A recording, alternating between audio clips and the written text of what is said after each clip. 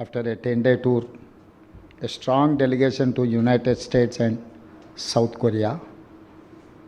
I'm happy to share with all of you and the people of Telangana that every single business and corporate leader we met in America and South Korea was very positive about Hyderabad and Telangana. You must have already heard about the news that we have got 31,500 crores investments and over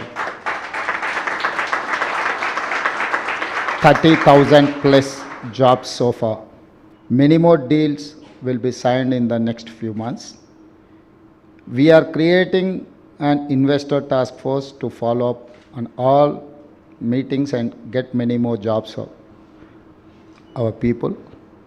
Telangana is the future state. It has 3 rings. Inner ring is a core urban Hyderabad. Telangana second ring is semi-urban, where we will build manufacturing hub. The regional ring road will help develop this area. It will be our answer to China plus one strategy for American and Korean companies. Third ring is outside ring, regional ring road. It is a rural Telangana. Here we will develop best villages in Asia with all modern facilities.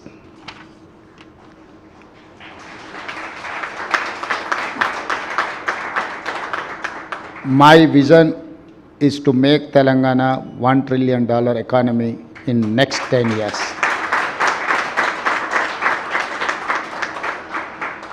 I met Cognizant team in the US. I spoke to Mr. Ravi Kumar, your CEO.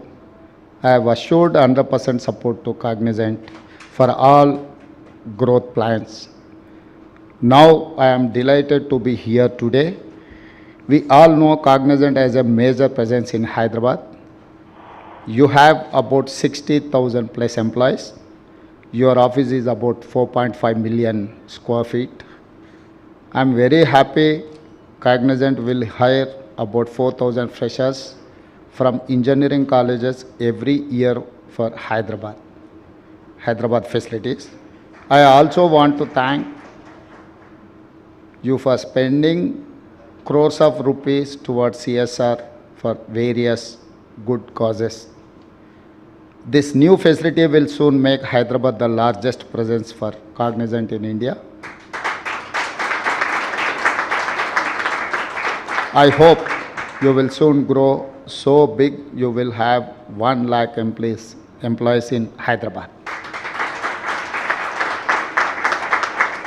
I once again thank and congratulate Mr. Surya Gumadi, Mr. John Kim, Ms. Kathy, and Gaurav Hazra, and all employees of Cognizant for your success.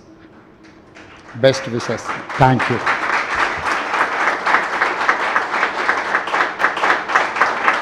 Hyderabad నగరం ప్రపంచ ముఖ చిత్రంలో ఒక ప్రధానమైన నగరంగా గుర్తింపు పొందడానికి అది కొద్ది రోజులో, కొద్ది నెలలో, కొద్ది సంవత్సరాలు కష్టపడితే నిర్మించిన నగరం కాదు ఈ నగరం. ఈ నగరం 430 సంవత్సరాల క్రితం కులీ కుతుబ్ షాహీల నుంచి మొదలు పెడితే నిజాం వరకు హైదరాబాద్ నగరాన్ని నిర్మించడం జరిగింది. ఆ తర్వాత నిజాం బ్రిటిషర్స్ కలిసి రెండవ నగరం సికింద్రాబాద్ని నిర్మించడం జరిగింది. మళ్ళీ మా మంత్రి శ్రీధర్ బాబు గారు చెప్పినట్టు శ్రీ రాజీవ్ గాంధీ గారి దేశంలో సాంకేతిక నైపుణ్యమే నిరుద్యోగ సమస్యకు పరిష్కారం. ప్రపంచంతో పోటీ పడాలంటే భారతదేశం సాంకేతిక నైపుణ్యం సంపాదించాలి అని చెప్పి దేశానికి కంప్యూటర్ని పరిచయం చేసింది. ఆ కంప్యూటర్ని పరిచయం చేసిన క్రమంలోనే శ్రీ రాజీవ్ గాంధీ గారి నిర్ణయం మేరకు ఆంధ్రప్రదేశ్లో ఆనాటి ముఖ్యమంత్రి నేదురుమల్లి జనార్దన్ రెడ్డి గారు 1992లో ఐటీ సెక్టర్ కోసం మొట్టమొదటి పునాది రాయి వేయడం జరిగింది. తర్వాత ఆ కార్యక్రమం ఆగిపోవడం, ఆ తర్వాత నారా చంద్రబాబు నాయుడు గారు ఉమ్మడి రాష్ట్రానికి ముఖ్యమంత్రిగా బాధ్యతలు చేపట్టడం, వారు ఖచ్చితంగా ఆంధ్రప్రదేశ్ యొక్క నిరుద్యోగ సమస్య, రాష్ట్రం యొక్క ఆదాయం పెంచుకోవాలి అనంటే వ్యవసాయం ఒకటే సరిపోదు, సాంకేతిక నైపుణ్య రంగంలో రాణించాలి అని చెప్పి హైటెక్ సిటీని నిర్మించడం జరిగింది. హైటెక్ సిటీ నిర్మాణంతో హైదరాబాద్ నగరంలో పెట్టుబడులు రావడం, నారా చంద్రబాబు నాయుడు గారు, డాక్టర్ వైఎస్ రాజశేఖర రెడ్డి గారు 3వ నగరంగా సైబరాబాద్ నగరాన్ని నిర్మించారు. ఈరోజు హైదరాబాద్ని 3 నగరాలుగా చూడొచ్చు. హైదరాబాద్ నగరం, సికింద్రాబాద్ నగరం, సైబరాబాద్ నగరం, ఔటర్ రింగ్ రోడ్, అంతర్జాతీయ ఎయిర్పోర్ట్, ఐటీ కంపెనీలు, ఫార్మా రంగము, ఇట్లా ప్రతి రంగంలో హైదరాబాద్ రాణించడం వల్ల ఈరోజు ప్రపంచ స్థాయిలో మన తెలంగాణ రాష్ట్రానికి, హైదరాబాద్ నగరానికి ఒక గొప్ప గుర్తింపు వచ్చింది. హైదరాబాద్ ఏ విధంగా అయితే అభివృద్ధి చెందిందో, కాగ్నిజెంట్ కూడా సూర్య గుమ్మడి గారు చెప్పినట్టు 2002లో ఒక చిన్న సంస్థగా ఇక్కడ పని మొదలుపెట్టి ఈరోజు తెలంగాణ రాష్ట్రంలో అత్యధికంగా ఉద్యోగ అవకాశాలు కల్పిస్తున్న 2వ సంస్థగా కాగ్నిజెంట్ రాణించింది.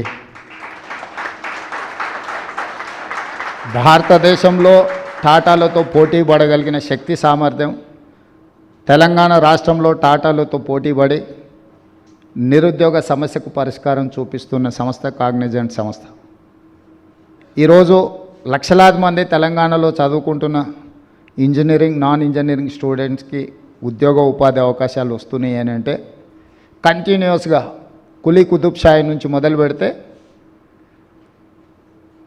నారా చంద్రబాబు నాయుడు గారి వరకు ఎక్కడ కూడా హైదరాబాదు నగర అభివృద్ధి విషయంలో సిద్ధాంతపరంగా, రాజకీయ పరంగా విభేదాలు, భిన్న అభిప్రాయాలు ఉన్న హైదరాబాద్ నగర అభివృద్ధిలో ఎప్పుడు కూడా అది ప్రభావం చూపించలేదు. అందుకే ఈరోజు హైదరాబాద్ నగరం ఒక గొప్ప నగరంగా రాణించింది. ఆ విధానాన్ని కొనసాగించాలని ఈరోజు తెలంగాణ రాష్ట్ర 2వ ముఖ్యమంత్రిగా, అదేవిధంగా మా మిత్రుడు IT and industries minister Sridhar Babu garu, మేము స్పష్టంగా కాగ్నిజెంట్ ప్రతినిధులకే కాదు, ఈ దేశంలో పెట్టుబడులు పెట్టడానికి ముందుకు వస్తున్న మా యుఎస్ అండ్ సౌత్ కొరియా పర్యటనలో వచ్చిన చాలా అంతర్జాతీయ సంస్థలకు ఒక మాట చెప్పదలుచుకున్నాం. ఈ 430 సంవత్సరాలలో రాజకీయపరమైన, పరిపాలనపరమైన భిన్న అభిప్రాయాలు ఉన్న హైదరాబాద్ నగర అభివృద్ధిలో భేదాభిప్రాయాలు లేకపోవడం వల్లనే హైదరాబాద్ నగరం ప్రపంచంతో పోటీ పడుతుంది.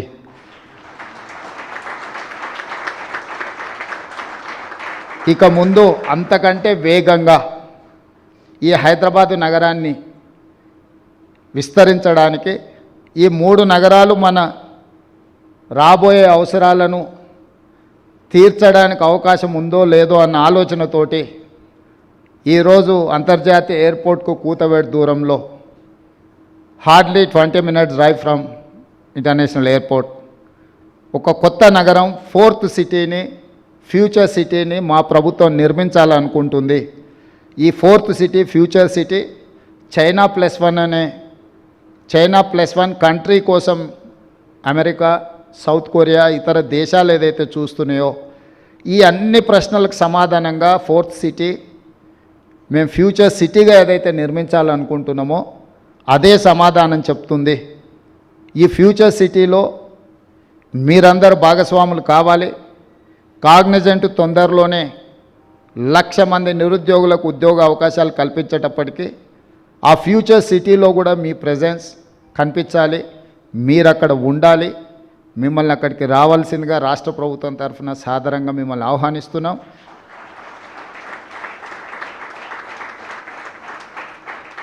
ఈ నగరం అభివృద్ధికి, అంతర్జాతీయ స్థాయిలో అభివృద్ధి చేయడానికి ఈరోజు ఈ రాష్ట్రం, ఈ దేశం ఎదుర్కొంటున్న నిరుద్యోగ సమస్యకు పరిష్కారం చూపించాలి అని అంటే మా పాలసీలో పారదర్శకత ఉండాలి. ప్రభుత్వం పెట్టుబడిదారులకు ప్రోత్సాహం కల్పించాలని స్పష్టంగా మా ప్రభుత్వం విశ్వసిస్తుంది. అందుకే ప్రభుత్వం మారిన విధానాలలో మార్పు లేదు. ఇంకా వేగంగా, ఇంకా పారదర్శకంగా, ఇంకా పట్టుదలతో మా ప్రభుత్వం ఈ తెలంగాణ రాష్ట్రాన్ని ముందుకు తీసుకెళ్లాలనుకుంటుంది.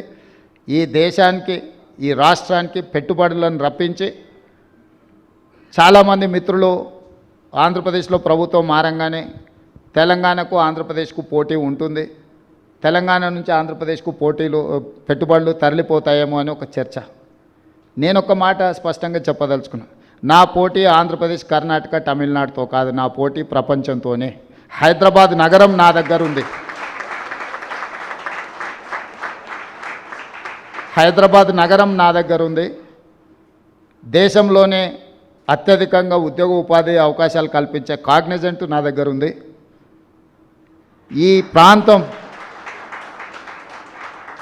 పక్క రాష్ట్రాలతో పోటీ పడే ఆలోచన నుంచి ప్రపంచంతో పోటీ పడడానికి ఎప్పుడో మా ఆలోచనను మేము విస్తరించుకున్నాము.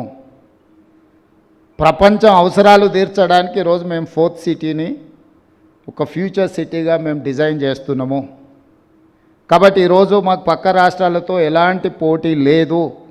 పక్క రాష్ట్రాల దగ్గర, ఈ దేశంలో ఎవరి దగ్గర హైదరాబాద్ నగరం లేదు. పక్క రాష్ట్రాలు, పక్క ముఖ్యమంత్రుల దగ్గర ఔటర్ రింగ్ రోడ్, అంతర్జాతీయ ఎయిర్పోర్ట్ లేదు.